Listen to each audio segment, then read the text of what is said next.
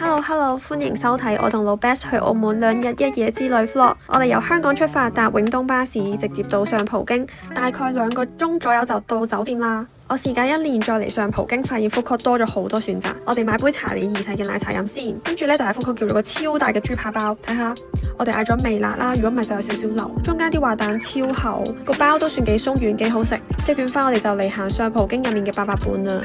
Central Shop 入面啲貨好齊，好多好靚嘅公仔啦。之後我哋喺小紅書見到 CDF 買名牌太陽眼鏡6折啊，我哋就開始瘋狂試太陽眼鏡。Dior 啲款好齊啦，之後我哋試咗喵喵，好似唔係好啱我。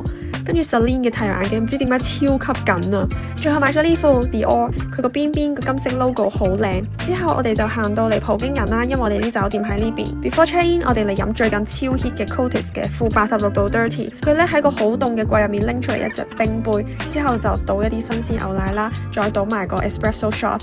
因為個杯好凍啦，所以將奶啲甜味都逼晒出嚟，而且咖啡可以飲到超濃嘅焦糖風味。之後我哋仲飲咗隔離米香嘅咖啡啦，呢杯真係勁好飲，我哋覺得係 top one。嚟酒店啦，簡單做個 room tour， 因為酒店喺葡京人，所以好方便。下面就係一個大商場，間房呢都幾乾淨，價錢都唔算太貴，推薦大家嚟住。休息完我哋就搭的士嚟到食晚餐嘅地方，喺新濠天地上面嘅酒店啦，叫 Tasting Room。個裝修呢好高級，好有情調。我哋坐低就開始食牛油麵包，好好味，個蒜香味真係好出。跟住叫咗蟹肉扒，入面有啲瓜，口感好好。之後都嗌咗個好多人嗌嘅牛肉撻撻啦，上面滲咗好多芝士粉，個味道好豐富。個牛扒呢，我哋就叫咗5成熟，因為係熟成啦，所以有少少偏熟咗，個牛味就唔係太突出。食完飯我哋就一路散步，一路睇下啲風景，行到嚟倫敦人，之後再嚟到 St. Rich 嘅酒吧，佢之前攞過 Asia Top 50嘅一間吧嚟嘅。我哋嗌咗3杯酒啦，藍色杯呢杯係 Japan Village， 佢係 whisky base 嘅，有少少嘅茶香，不過有少少偏甜。跟住紅色杯個杯就係叫 Modern Arts， 我覺得係最好飲嘅一杯。之後個杯上面有啡色花花嘅係 egg tarts， 佢有好濃嘅香草味，而且好甜，但真係有少少似蛋撻味咯。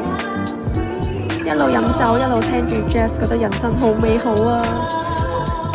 我哋而家玩完，準備翻酒店啦。End of the day。行翻酒店嘅途中，又見到永利皇宮嘅噴水 show， 覺得好幸福。